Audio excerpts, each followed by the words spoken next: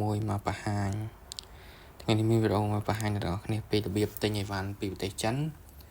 ដែលយើងដឹកមកផ្ទាល់ហើយអត់ថ្លៃដឹកតែពីមុនមានក្រុមហ៊ុនច្រើនគេទទួលដឹកណាយើងទិញអីវ៉ាន់ហើយយើងត្រូវអស់ថ្លៃដឹកមកតន់ទៀតប៉ុន្តែខ្ញុំបង្ហាញនេះគឺយើងអត់អស់ថ្លៃដឹកទេគឺទិញហើយគឺ free ពីចិនមកដល់មុខផ្ទះហ្មងអត់អស់ថ្លៃដឹកទេបាទអញ្ចឹងលក្ខខណ្ឌគេខ្ញុំនិយាយមកប្រើអញ្ចឹងលក្ខខណ្ឌគេគឺទី1យើងត្រូវដូរ location app របស់យើងពីណាក៏ដោយទៅ location ប្រទេសខ្មែរបងប្រទេសរបស់ខ្មែរយើងទី2ត្រូវ address ហ្នឹងជា address របស់យើងផ្ទាល់ដាក់ឈ្មោះយើងដាក់អាស័យដ្ឋានរាជធានីខេត្តក្រុងស្រុកភូមិរបស់យើងផ្ទាល់ហ្នឹងមួយទៀតគឺទិញតំណែងណាដែលមានផ្លាក KH 99និងទី4ពេលទិញត្រូវតម្លៃសរុបលើសពី99យួនឡើងទៅវាប្រហែលនឹង$14អញ្ចឹងជំហានដំបូងយើងដូរ location ហ្នឹងពីនេះទៅ location ប្រទេសកម្ពុជាយើង location ដំបូងនោះគឺយើងយកស្ពឺខាងលើខាងស្ដាំនេះបន្តមកទៀតគឺជួរនេះតមកទៀតជួរលើគេហើយយើងអូសក្រឹមរកអក្សរ3នេះ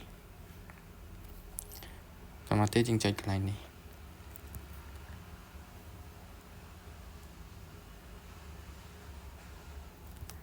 ភាសាយឺតចាំតិចសិន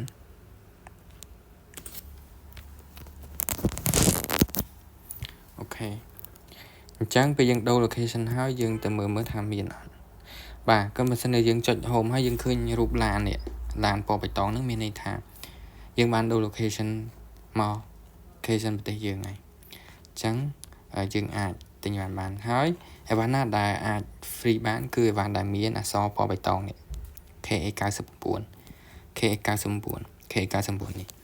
ចឹងបើសិនជា app នឹងជាភាសាអង់គ្លេសគឺមានលោតពាក្យថា free shipping ជាពណ៌បៃតងហ្មងចឹងឧទាហរណ៍ថាឥឡូវខ្ញុំទិញអីវ៉ាន់3នេះដើម្បីបាន K99 អូខេ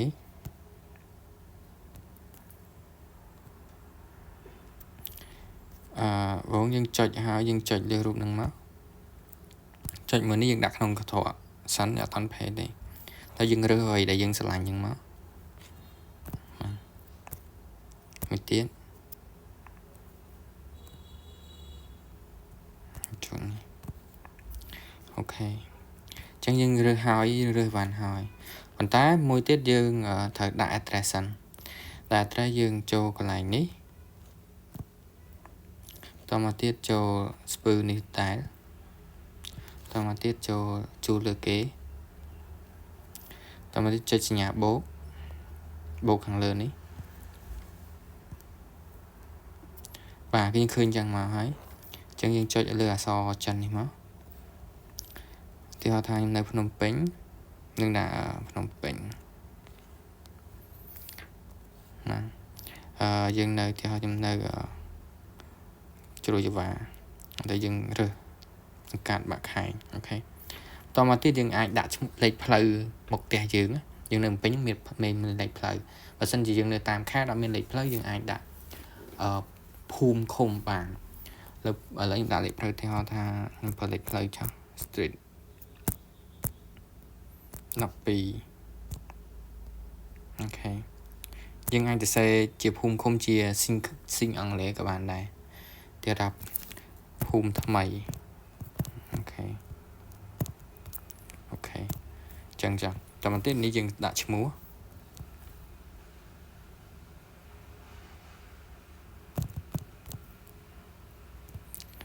ដល់ឡាននេះដាក់លេខទូរស័ព្ទ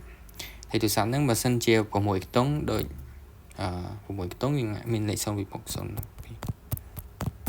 បើសិនជាលេខនឹង7ខ្ទង់ដូចលេខ097អីយើងដាក់មិនដាក់0ពីមុខទេតមកចុចប៊ូតុងនេះអូខេអញ្ចឹងយើងដាក់បើសិនជានេះយើងអាចប្រើវាជាចុចនេះមកយើងចុចលើអក្សរនេះអក្សរនេះសំទិបដាក់មិញ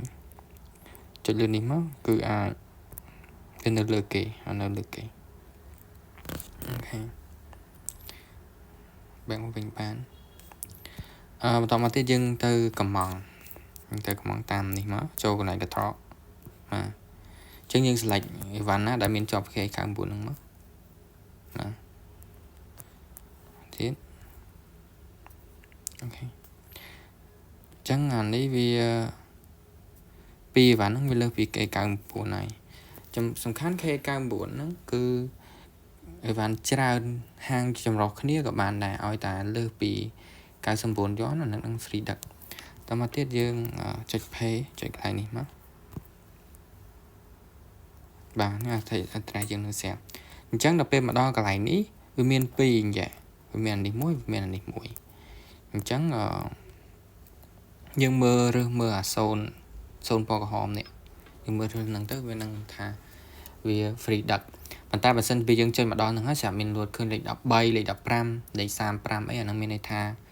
មានអីវ៉ាន់ណាមួយអត់មាន K99 ហើយយើងដាក់ច្រឡំដាក់មកមួយគ្នាអញ្ចឹងយើងបានថ្លៃដឹកទេយើងបាន free ទេយើងត្រូវបង់លុយថ្លៃដឹកធម្មតាអាហ្នឹងករណីនេះហើយអា0ថ្លៃដឹកនេះគឺការដឹកត្រង់ហ្នឹងគឺគេនឹងបញ្ចូលអីវ៉ាន់ឲ្យយើងអូតូមានថាអីវ៉ាន់ដែលយើងទិញមកបង់ជាមួយគ្នាហ្នឹងទីហោអីវ៉ាន់នេះមួយនិងអីវ៉ាន់នេះមួយអញ្ចឹងនៅគេនឹងបញ្ចូលចូលគ្នាយើងជាមកកញ្ចប់ហើយដឹកឲ្យយើងនៅស្រុកខ្មែរប៉ុន្តែក្នុងមួយនេះវិញគឺអានឹងអត់បញ្ចូលគ្នាយើងត្រូវចុចបញ្ចូលខ្លួនឯងតែពីនឹងមានលក្ខខណ្ឌអាដឹកត្រង់នេះគឺតម្រូវឲ្យគីឡូនឹងអត់លើសពី30គីឡូហើយបដ ாய் វាអត់លើសពី1ម៉ែត្រកន្លះប៉ុន្តែអាទី2នេះវិញអាចលើសពី30គីឡូបានអាចលើសពី30គីឡូបានហើយបដ ாய் វាអាចលើសពី1ម៉ែត្រកន្លះអញ្ចឹងបើសិនជាបើយើងចង់ទិញអីវ៉ាន់ធំយើងគួររើសអាទី2ហើយនៅពេលដែលអីវ៉ាន់ចូលដល់ឃ្លាំងចិនណាចេញពីហាងដែលយើងទិញចូលដល់ឃ្លាំងចិនយើងចេញដល់ហាងចិនយើងត្រូវចុចបញ្ចេញវាមកអូខេតមកទៀតយើងអាច pay ទៅនេះបានចុច pay នេះមកអូខេឥឡូវខ្ញុំអត់ pay ទេខ្ញុំចុច pay តែឥឡូវខ្ញុំអត់ pay ទេអញ្ចឹងមួយទៀតបន្ថែមពីលើនឹងទៀតតើយើងដាក់កាតយ៉ាងម៉េចដាក់កាតធនាគារយ៉ាងម៉េចបើសិនជាយើងមានកាតធនាគារយើងអាចដាក់កាតធនាគារ Visa បានតែបើយើងចង់ Family Pay ក៏បានដែរតែកន្លែងនេះខ្ញុំអត់បង្ហាញទេយើងអាចទៅមើលតាម YouTube បន្ថែមអញ្ចឹងនៅពេលយើងចង់ដាក់កាតធនាគារដាក់ឃើញកន្លែងនេះមកគឺស្ពឺនេះហើយនេះខ្ញុំមកជួននេះមកជួននេះខ្ញុំចុចលើហ្នឹងទៅ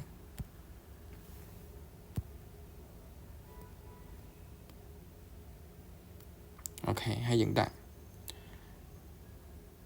អាចដាក់ Visa card បានណា Visa card យើងបន្ថែម Visa card បានយើងចុចកន្លែងនេះមក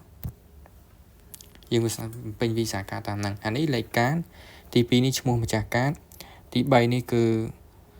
expire របស់កាតហើយ CVV ហ្នឹងអាហ្នឹងនៅលេខ3ខ្ទង់ខាងក្នុងកាតកន្លែងនេះអត់បង្ហាញទេយើងអាចធ្វើខ្លួនឯងបានហើយចំពោះការដឹកត្រង់នេះទោះបីជា K99 free ដឹកក៏ដោយឬមិនយើងចង់បង់លុយដឹកក៏ដោយខ្ញុំបង្ហាញថាអីវ៉ាន់ដែលអត់មានដែលយើងបង់ខ្លួនឯងហ្នឹងកន្លែងទីវិញនេះវាអត់គ្រប់99ទេបើយើងចុច pay ទៅវាមានលុនលេខ13អញ្ចឹងមានថាយើងត្រូវបង់ថ្លៃដឹកអញ្ចឹងបើសិនជាអីវ៉ាន់ធម្មតាអត់មាន K99 យើងចង់ដឹកខ្លួនឯងបានអត់បានដូចគ្នាកន្លែងហ្នឹងបកមកវិញចំពោះសេវាកម្មដឹកមកត្រង់នេះគឺខាង app ថៅប៉ោគេទទួលខុសត្រូវលើការបាត់បង់និងបែកបាក់ខូចខាតគេទទួលខុសត្រូវ 100% អញ្ចឹងបើសិនជាយើងមានបញ្ហាដូចជាបាត់បែកបាក់យើងថតមកវាមានបែកបាក់មានអីយើងអាចតាក់ទងទៅខាងសេវាកម្មទេជនផល app បានតាមរយៈនេះយើងនៅក្នុង page ហ្នឹងមកនេះកន្លែងនេះកន្លែងរូបឆាននេះមួយឬខាងលើនេះមួយបានដូចគ្នាមួយហ្នឹងពីរហ្នឹងមួយណាក៏បានដែរយើងចុចនេះទៅហើយយើងអាចប្រាប់ពីបញ្ហារបស់យើងនៅលើនឹងបានអូខេហើយយើងអាចនិយាយពីបញ្ហាជាភាសាចិនក៏បានអង់គ្លេសក៏បានហើយអាសាមានអ្នកសួរថាតើ ក្រុមហ៊ុនណាអ្នកដឹកឲ្យយើងអញ្ចឹងបើយើងក៏ទៅយើងអត់ចាំបាច់ខ្វាយខ្វល់ច្រើនទេរឿងហ្នឹងតែយើងថាចង់ដឹងក៏អត់អីដែរអញ្ចឹងនៅពេលដែលអីវ៉ាន់ចូលឃ្លាំងមុនអីវ៉ាន់ចូលដល់ឃ្លាំងចិនយើងអត់ដឹងថាក្រុមហ៊ុនណាអ្នកដឹកឲ្យទេប៉ុន្តែនៅពេលដែលចេញពីឃ្លាំងចិនមកនឹងមានក្រុមហ៊ុន2ទី1អាច CTO ដែលក្បាលលេខបងហ្នឹងវាអាច1160ឬក៏ LP និងមួយទៀតក្រុមហ៊ុន CE ដែលក្បាលលេខបងរបស់វា CNKH ហើយក្បាលលេខបងហ្នឹងតើតែចេញពីឃ្លាំងចិនមកដល់ស្រុកចាំមើលកន្លែងណា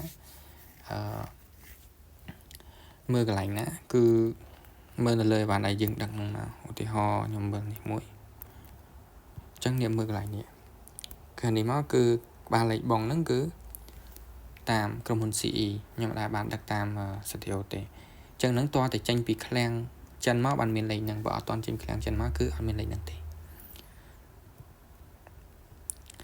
អូខេថ្ងៃហ្នឹងមានប៉ុណ្ណឹងបាទអរគុណច្រើន